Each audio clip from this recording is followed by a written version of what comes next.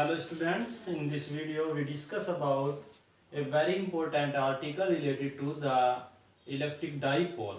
Okay, and topic is electric field due to an electric dipole at any point.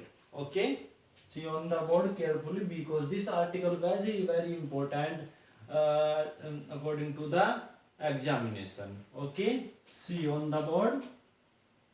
Electric field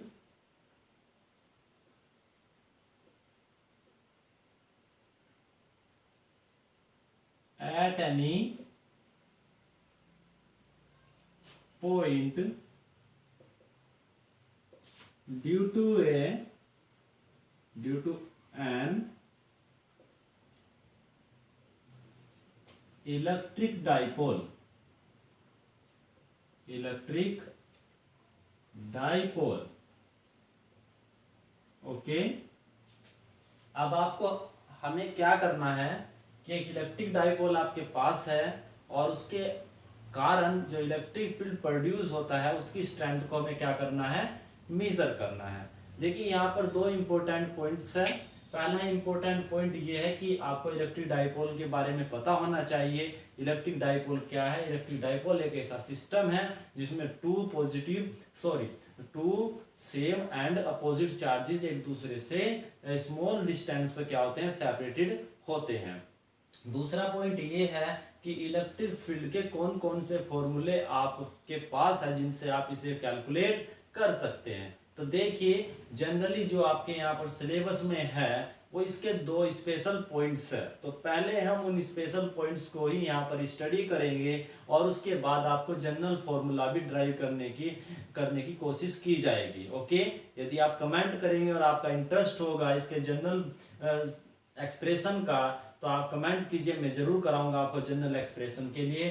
तो देखिए यहाँ पर to special conditions है electric dipole के लिए। सपोज ये आपका कोई इलेक्ट्रिक डाइपोल है, हमने इसे नाम दे दिया ए और ये नाम हो गया इसका बी। यहाँ पर आपका माइनस क्यू चार्ज और यहाँ पर आपका प्लस क्यू चार्ज है और ये एक दूसरे से 2l डिस्टेंस सेपरेटेड है। ओके, 12 डिस्टेंस क्या है, सेपरेटेड है। 12 क्यों लिया जाता है वो आपको इस आर्टिकल में क्लियर हो जाएगा, अदरवाइज आप एल भी ले सकते हैं। अब आप देखिए इसके जो दो स्पेशल पॉइंट्स है जहां पर आपको इलेक्ट्रिक फील्ड कैलकुलेट करना है वो होता है एक तो इस लाइन के अलोंग जिसे हम बोलते हैं एक्सियल पोजीशन। आप इसे एक्सटेंड कर दीजिए, दोनों साइड में से किधर भी आप एक्सटेंड कर सकते हैं, बट इस जो बुक्स है आपकी उनमें जनरली एक्सटेंड करते हैं प्लस क्यू साइड्स में, अदरवाइज आप इधर भी एक्सटेंड कर सकते हैं और इधर भी। आप इधर माइनस क्यू चार ले सकते हैं और प्लस क्यू भी, आप कुछ भी कर सकते हैं, ऐसा कोई नहीं है कि कोई पर्टिकुलर रूल है। तो यदि आप इस एक्सिस के किसी पॉइंट पर इलेक्ट्रिक फील्ड निकालते हैं इस डाइपोल के कारण तो उसे बोलते हैं एक्सियल पोजिशन। ओके, और दूसरा होता है इसका मिड पॉइंट, आप चूज कर लीजिए। सपोज ये इसका मिड पॉइंट है, इसे ओ नाम दे दीजिए। आप इस ओ नेम को आप एक काम कर लीजिए, ये आपका ओ हो गया, यहाँ पर लिख लीजिए इसके अकॉर्डिंग, और ये टोटल सेपरेशन आपका 12 आप यहाँ पर नोट कर लीजिए। यहाँ पर अब जब देखिए यदि हम इस पर एक परपेंडिकुलर ड्रॉ करें जो इसे बाइसेक्ट करता हो तो उस बाइसेक्ट लाइन पर यदि कोई पॉइंट कंसीडर करें तो उस पॉइंट को हम बोलते हैं या उस लाइन को बोलते हैं इक्वेटोरियल लाइन। क्या बोलते हैं? इक्वेटोरियल लाइन या 10V पोजीशन। ओके, तो दो ही स्पेशल कंडीशंस में आपको इलेक्ट्रिक फील्ड फाइंड करना, एक यहाँ पर और एक यहाँ पर इस लाइन के अलोंग। तो पहले हम जो फर्स्ट सिचुएशन है तो मैं यहाँ पर लिख देता हूं, there are two special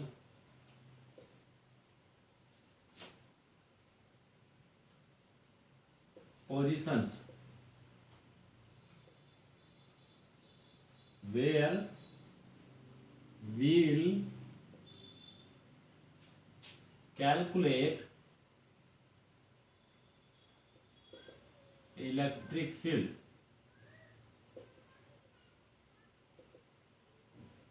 Okay, first is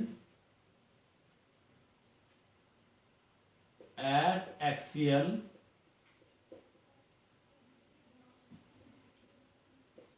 position और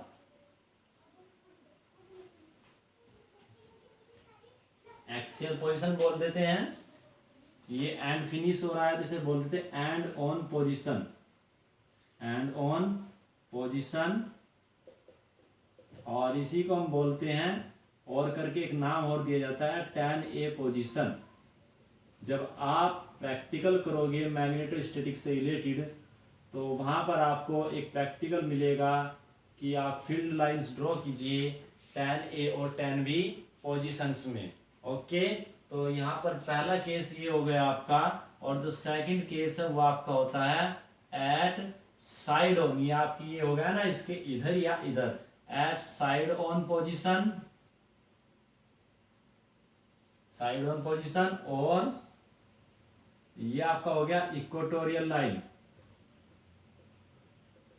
इक्वेटोरियल पोजीशन। और तीसरा नाम इसका हो गया आपका tan B पोजीशन। तो ये दो आपके पास पर्टिकुलर केस हो गए जिनमें से आज इस वीडियो में हम इसका पहला केस स्टडी करेंगे और काफ़ी इंपॉर्टेंट है एग्जाम के पॉइंट ऑफ व्यू से। तो चलिए स्टार्ट करते हैं और वीडियो को लास्ट तक देखिए, क्योंकि यदि आपको फिजिक्स सीखना है तो इसके लिए कोई शॉर्टकट नहीं है। ओके, तो देखिए जरा। तो हमारी आज की फर्स्ट जो हेडिंग है वो आपकी हो गई electric field at any point.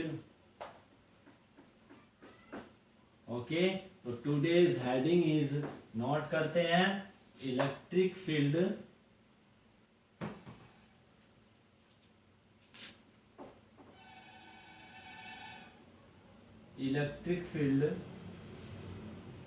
Due to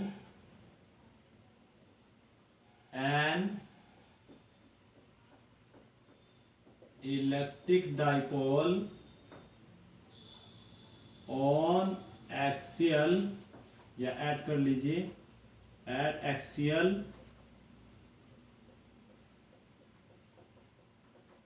position. अब चलिए आपको क्या करना है कि इसकी एक्सियल पोजीशन पर इलेक्ट्रिक फील्ड फाइंड करना है। तो इसके लिए हम क्या करते हैं कि एक डाइपोल ले लिया, जैसा कि आपको दिखाया गया है ए बी। इसके पॉइंट ए पर आपका minus Q charge, point B पर प्लस क्यू चार्ज, और इनके बीच का जो स्मॉल सेपरेशन वो आपका 12 हो गया। मिड पॉइंट आपका ओ है।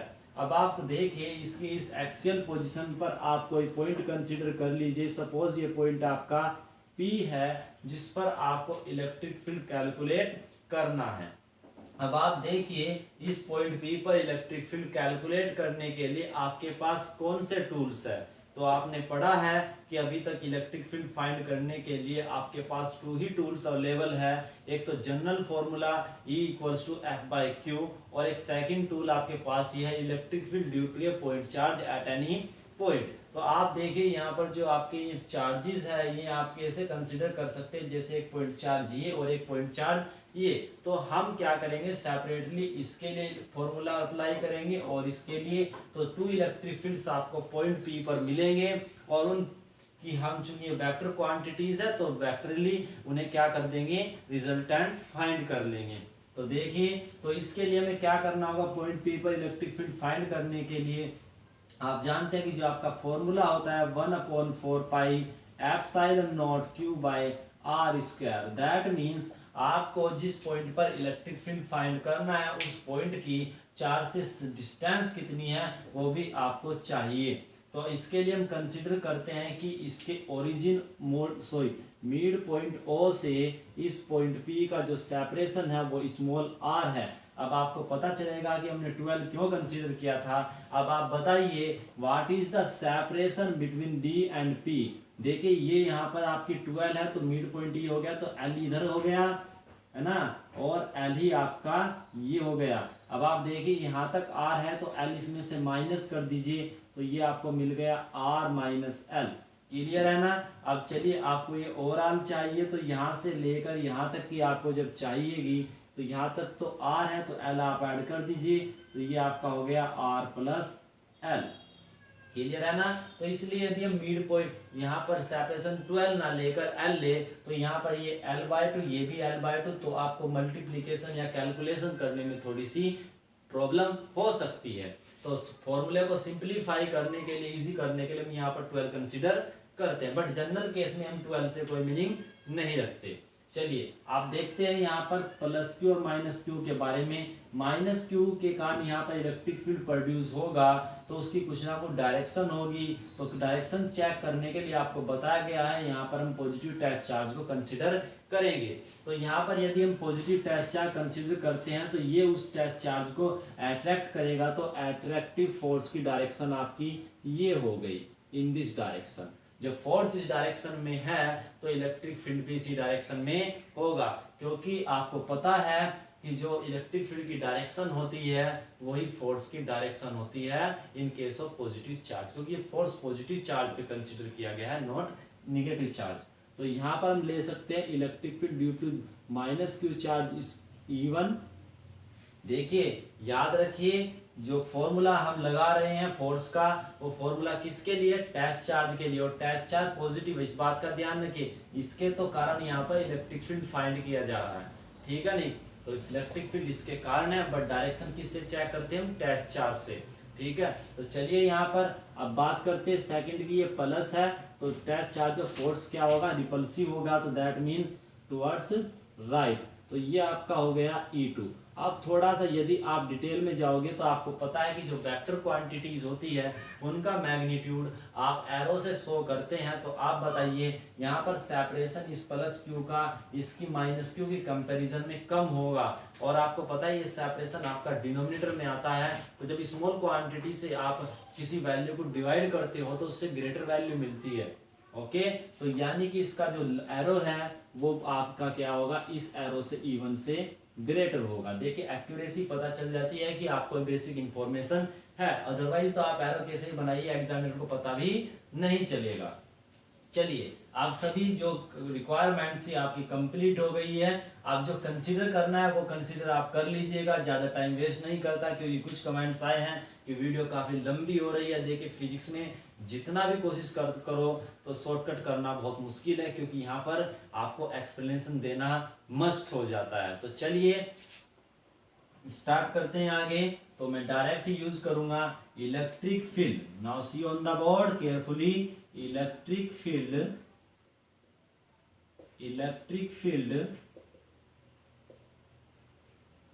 ड्यू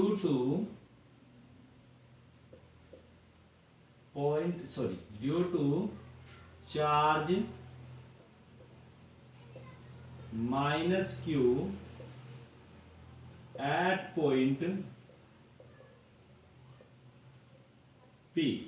चलिए अप्लाई कीजिए E1 का आना इसे equals to 1/4 pi epsilon not into charge Q upon separation is AP, that means AP square. And direction देखिए मैग्नीट्यूड और डायरेक्शन अलग अलग लेकर चल रहे हैं, अदरवाइज कॉम्प्लिकेटेड हो जाता है यदि हम कंबाइंड फॉर्म में वेक्टर लेकर चलते हो। सिलेबस में भी नहीं है। डायरेक्शन बताइए, देखिए फ्रॉम P टू A, तो हम लिख सकते हैं क्या बोलते हैं, from P to A, okay. या ऐसे लिख दीजिए आप और करके अलोंग वेक्टर PA, ओके। आप ऐसे कर सकते हैं। अब आप बताइए what is the value of AP, 1/4 pi epsilon not Q by AP is R plus L का होल स्क्वायर, ठीक है। अब यहां पर बता दीजिए along vector P, that means from P to A। ये क्लियर हो गया ना आपको। अब आप देखिए जो आपका P टू A डायरेक्शन है वही आपकी क्या होगी, P से O होगी ना। तो आप इसे P से O लिख दीजिए, P टू O। हमें डायरेक्शन ही तो शो करनी है ना, बाकी कोई प्रॉब्लम नहीं है, तो कि हमें तो डायरेक्शन बतानी है। तो ये बन गई आपकी इक्वेशन फर्स्ट। क्लियर है यहाँ तक। अब आप एक दूसरी चीज और देखिएगा, आप सोच रहे हैं कि यहाँ पर प्लस क्यू की जगह माइनस क्यू की जगह प्लस क्यू ही क्यों रखा है, क्योंकि हम बता रहे हैं कि जब भी आप किसी वेक्टर क्वांटिटी की बात करते हैं तो उसका मैग्नीट्यूड मोड से लिया जाता है, और मैग्नीट्यूड कभी भी नेगेटिव नहीं होता, क्योंकि मैग्नीट्यूड शो करता है लेंथ, और लेंथ ऑलवेज होती है आपकी पॉजिटिव, ठीक है ना। तो नेगेटिव साइन डायरेक्शन को शो करता है जो इसमें इंक्लूड हो चुका है। अब चलिए सेकंड केस में इलेक्ट्रिक फील्ड देखिए आर्टिकल काफी इंपॉर्टेंट है क्योंकि इसी पे पर बेस्ड जिस तरह हम ये आर्टिकल कर रहे हैं सेम इसी टाइप से आपको न्यूमेरिकल्स भी करने हैं। Electric field due to charge plus Q at point P. Okay, तो निकालिए, इसे हमने E2 कंसीडर किया था, तो E2 हो गया 1/4 एप्सिलॉन नॉट, ये बन गया Q बाय डिस्टेंस कितनी है BP स्क्वायर। डायरेक्शन बताइए, E2 गया आपका इधर की ओर, तो हम देखिए B से किधर की ओर है, P की ओर, तो हम इसे कॉमन फॉर्म में लिख सकते हैं O2P, तो यही लिख दीजिए यहाँ पर अलोंग O2P। ठीक है ना। अब आप देखिए यहाँ पर डायरेक्शन मैच कर रही है, शो कर रही है, यानी कि जस्ट अपोजिट है, तो नेगेटिव साइन यहाँ पर कंसीडर कर लिया गया। 1/4 एप्सिलॉन नॉट। अब आप बताइए what is the value of BP. BP is equal to R minus L. Okay, so this is equation second, ये इक्वेशन सेकंड कंसीडर कर लीजिए। अब आपको यदि डाइपोल की बात करनी है तो दोनों को कंबाइन करके एक सिस्टम कंसीडर करना होगा, और सिस्टम कंसीडर करने पर आपको रिजल्टेंट इलेक्ट्रिक फील्ड फाइंड करना होगा। So now resultant electric field due to electric dipole at point P।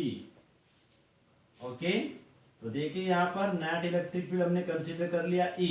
अब आप देखिए दोनों जस्ट अपोजिट डायरेक्शन में है, तो आपको एक केस बताया गया था, यदि टू वेक्टर्स अपोजिट डायरेक्शन में हो तो उनका रिजल्टेंट उन्हें सब्सट्रैक्ट करके प्राप्त होता है। तो अब आपको जब सब्ट्रैक्ट करना होगा तो ग्रेटर वैल्यू में से स्मॉलर वैल्यू कंसीडर करनी होगी।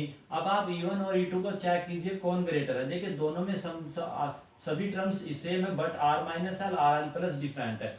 R plus L R minus L से ग्रेटर वैल्यू है, तो जब आप लार्ज वैल्यू से डिवाइड करोगे सेम वैल्यू को तो ये स्मॉलर मिलेगी और ये मिलेगी लार्जर। इसीलिए मैंने इसका एरो बड़ा बनाया है इन कंपैरिजन ऑफ E1। तो so resultant electric field will be E2 minus E1, और चूंकि E2 आपका लार्ज वैल्यू रखता है इसलिए डायरेक्शन का नेट इफेक्ट भी किसका होगा, E2 का होगा, और वो नेट इफेक्ट किधर की ओर होगा, आपका E2 का नेट इफेक्ट किधर की ओर था, OP। तो ये डायरेक्शन बन गई आपकी अलोंग। देखिए वेक्टर क्वांटिटी है, दोनों इंफॉर्मेशन आपको साथ के साथ देनी होगी। ये इजी पड़ता है इसलिए नहीं अल्टरनेट मेथड लेकर चलते हैं। अब चलिए what is the value of ET 1/4 epsilon not Q by R minus l का whole square minus 1/4 epsilon not Q by R plus l whole square. Okay, and direction is directed along to vector OP। okay, and so now simplify this term which is the part of mathematics only। okay, now take common this term 1/4 epsilon naught into Q, this will be R minus L whole square minus 1/R plus L to the whole square, close the bracket, and directed along vector OP। okay, so now we take LCM here, then we get the required expression of this electric field due to electric dipole E will be equals to Q by 4 pi epsilon naught. After taking the LCM, R plus L to the whole square minus R minus L to the whole square divided by R plus L whole square and R minus L whole square, and along vector OP। okay, and next is Q upon 4 pi epsilon naught bracket, open the square bracket, R plus square R square plus L square plus 2 R L minus R square minus L square and plus 2RL divided by, apply कीजिए, power एक साथ ले लीजिए, R plus L into R minus L, और पूरे पर कर दीजिए आप होल स्क्वायर। ओके, देखिए ट्राई कर रहा हूँ, बहुत इजी वे में सिंपलीफाई करने का, आप शॉर्ट भी कर सकते हैं।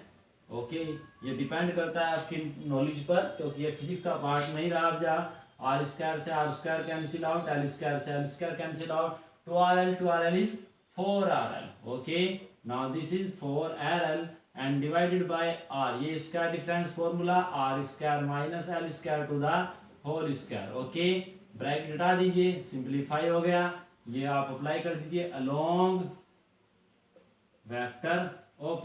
And next, now see on the board carefully. See here, this is Q and here is also 2L. Okay, combine both R's, Q into 2L. Okay, and there is 2R divided by 4 pi epsilon naught and R minus L. Sorry, R square, L square to the whole square. You know very well, along vector OP. Okay, we know that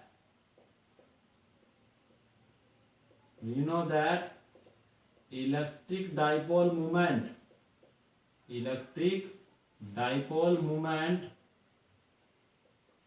of electric dipole is, बताइए क्या होता है, P is equal to Q into 2L. So now we can replace Q into 2L by small p. Then we get, implies that E will be 1 upon 4 pi epsilon naught into 2 p R by R square minus L square to the whole square.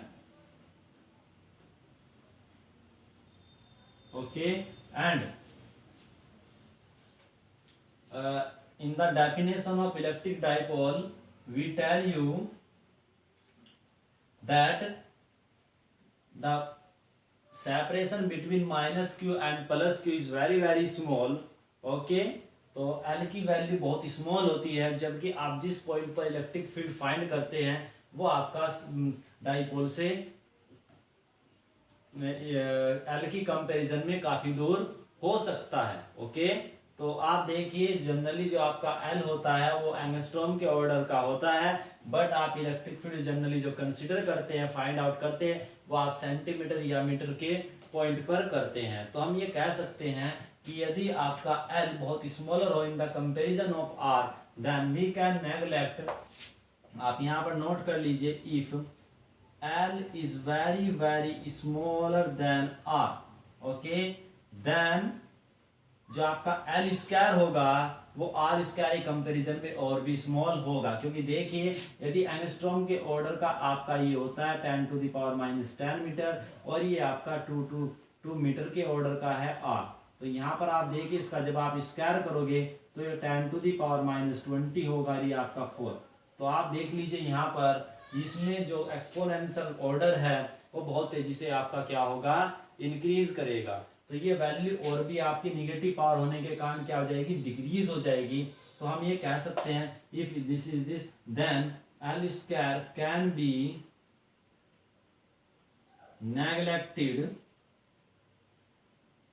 neglected with respect to R square. Okay, but ये ध्यान रखिए कि इन्हें जो neglect किया जा सकता है वो ऐड में या सब्ट्रैक्शन में ही नेगलेक्ट किया जा सकता है, क्योंकि इतनी स्मॉलर क्वांटिटीज को यदि हम 4m में ऐड करें या सब्ट्रैक्ट करें तो इस पर कोई इफेक्ट नहीं पड़ेगा, बट यदि इसे मल्टीप्लाई या डिवाइड किया जाए तो इसका इफेक्ट पड़ता है। तो इसलिए ध्यान रखिए कि जो ये L यहाँ पर आया था इसे हम नेगलेक्ट नहीं कर सकते, क्योंकि ये इस पूरी प्रोडक्ट को, इस टर्म को क्या करता है, सेट करता है, बट यहाँ पर आप इसे नेग्लिजिबल मान सकते हैं एडिटिव प्रॉपर्टी में, ध्यान रखिए। तो चलिए यहाँ पर, so implies that we get E equals to 1/4 pi epsilon not, ये आपका हो गया 2p r divided by r to the power 4, एक पावर कैंसिल आउट हो जाएगी, E equals to 1/4 pi epsilon not and 2 p/r cube, okay, along OP। देखिए एक important point यहाँ से निकल कर आता है, वो इम्पोर्टेंट पॉइंट ये है कि जब आप बात करते हैं पॉइंट चार्ज की, तो पॉइंट चार्ज के केस में जो इलेक्ट्रिक फील्ड है वो 1/r² पर डिपेंड करता है, बट डाइपोल के केस में ये 1/r³ पर डिपेंड करता है। तो डिपेंडेंसी भी इसकी चेंज हो जाती है। और ये ध्यान रखिए, मैंने आपको बताया था प्रीवियस लेक्चर्स में कि एक होता है मोनोपोल, मोनोपोल मीन्स होता है पॉइंट चार्ज, एक होता है डाइपोल, डाइपोल मीन्स होते हैं टू चार्जेस कॉम्बिनेशन, और एक होता है क्वाड्रोपोल, फिर होता है ऑक्टोपोल, ऐसे ही आगे तक चलता रहता है। तो जो पोल होता है उसकी डिपेंडेंसी होती है मोनोपोल की 1/r², जो आपका डाइपोल है उसका क्या हुआ आपका 1/r³ डिपेंडेंसी। यदि आप क्वाड्रोपोल की बात करें तो 1/r4 की डिपेंडेंसी होगी, और यदि आप ऑक्टोपोल की बात करें तो 1/r⁵ की डिपेंडेंसी होती है। तो काफी इंपॉर्टेंट पॉइंट है एग्जामिन कंपटीशन के पॉइंट ऑफ व्यू से, ठीक है। तो ये आपका रिक्वायर्ड एक्सप्रेशन है in the case of L is very very smaller than R, okay. तो इसे ट्राई कीजिएगा करने का, क्योंकि ये काफी इंपॉर्टेंट है और इसी से रिलेटेड टॉपिक एंड न्यूमेरिकल्स भी काफी आपके सिलेबस का पार्ट है, okay. Thank you for watching this video. Please subscribe my YouTube channel and share the videos and like, comment, okay, thank you।